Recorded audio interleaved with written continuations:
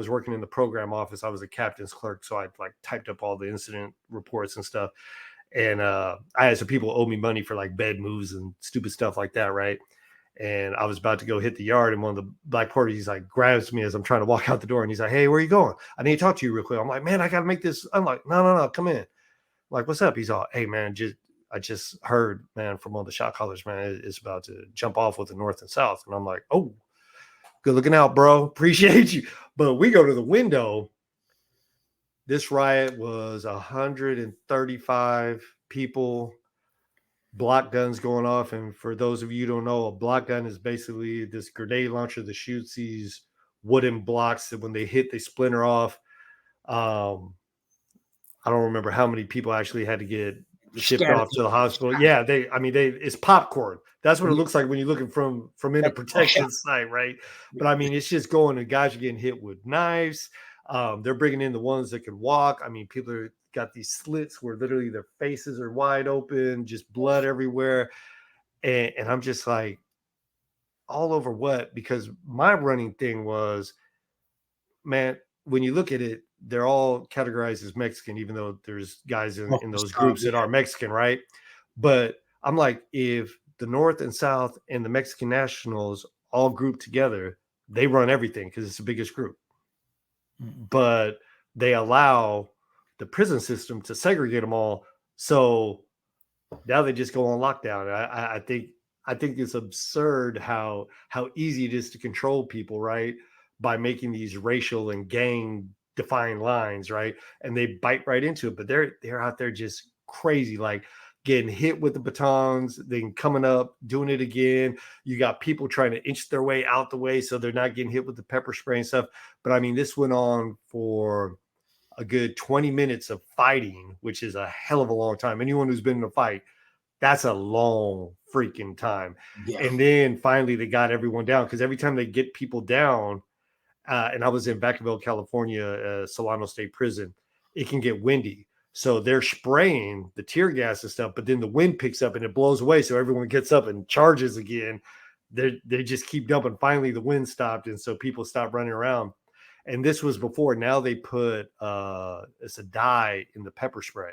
So when they spray you, they can tell if you like inched away, like you're marked. Back then, there wasn't any dye in it. So there were a lot of people that got away because they got to move away, and they, for all intents and purposes, they weren't part of the whole get down. But yeah, I'm talking like 135 people. They had to fill the chow halls. It wasn't until like 4 a.m. that they finally got everything cleared up.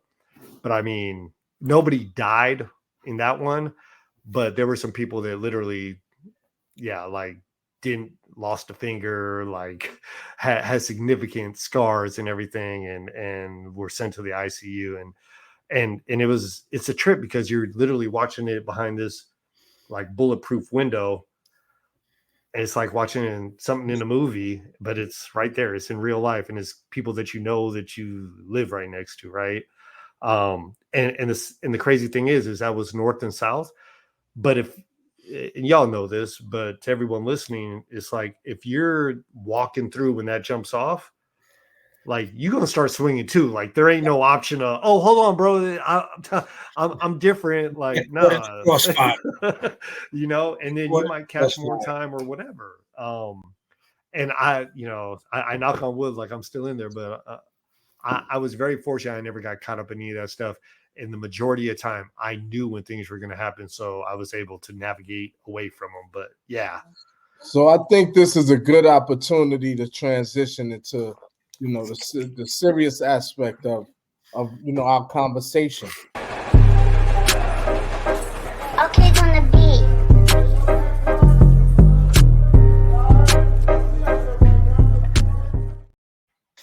Yes. So our favorite this is subject. our live stream yard, cell therapy session, when we do get a little deeper into mental health and those that's incarcerated as well as formerly incarcerated.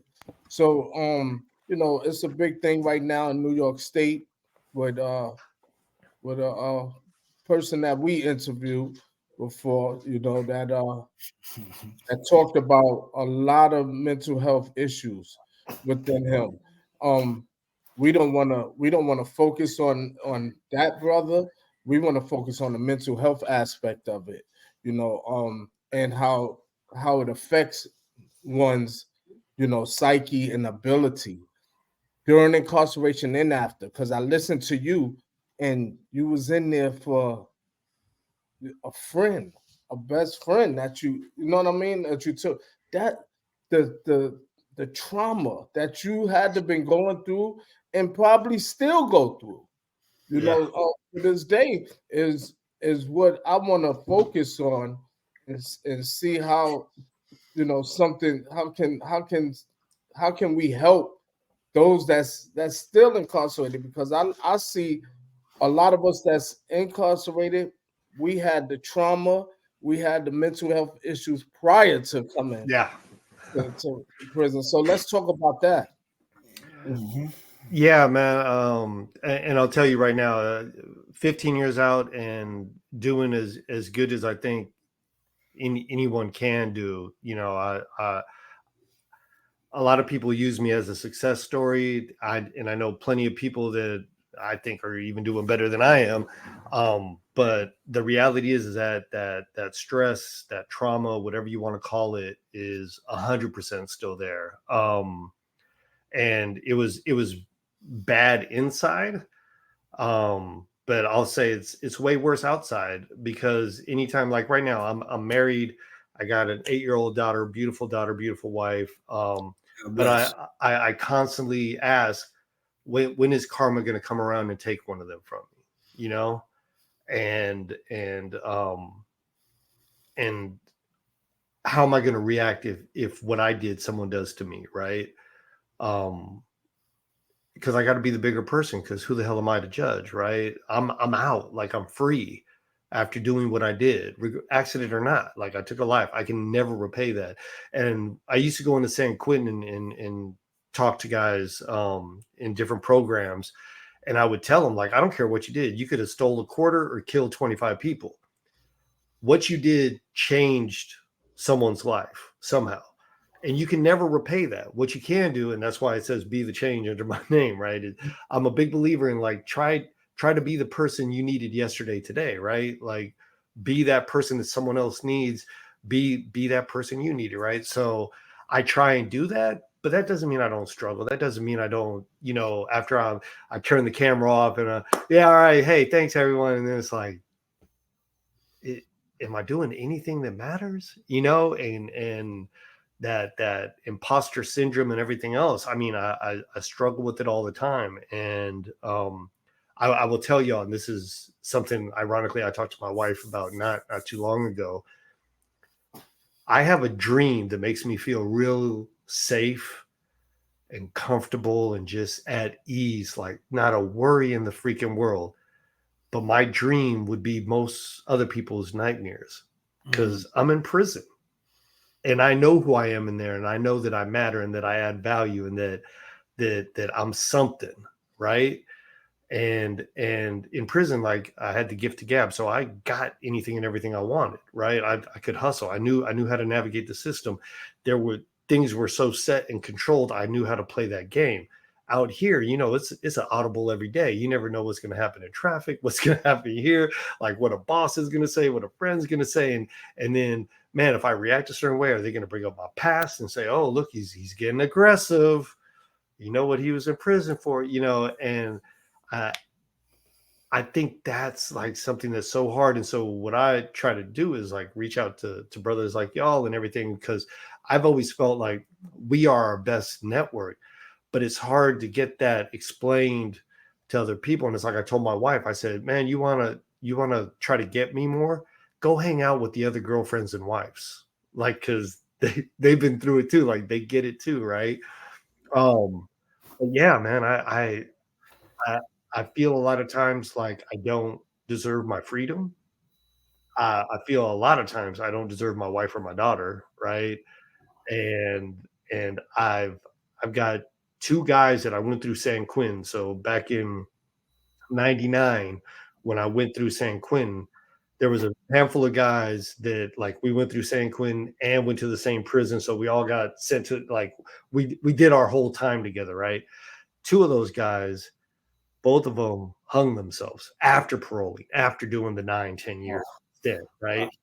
And both of them, hand to God, both of them, when they got out, I interacted with them and they both expressed like, I'm struggling, I'm going through stuff, I'm dealing with this and that. And I was like, both of them at the time, I had a house, I had a 3-bedroom house and it was just me. And I'm like, come live with me for free. I'll get you a job. Don't worry. Like I know what you're talking about.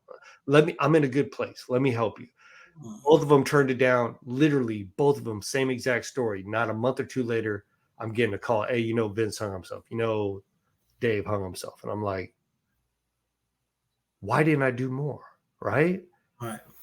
And I know, like, what else could I have done? Right. But I'm like, outside of like kidnapping them. But I'm like, that hits me because I'm like, what the hell were they going through that I hadn't gone through too? Like, why couldn't I get that through to them? That, like, I'm here for you. You know what I mean?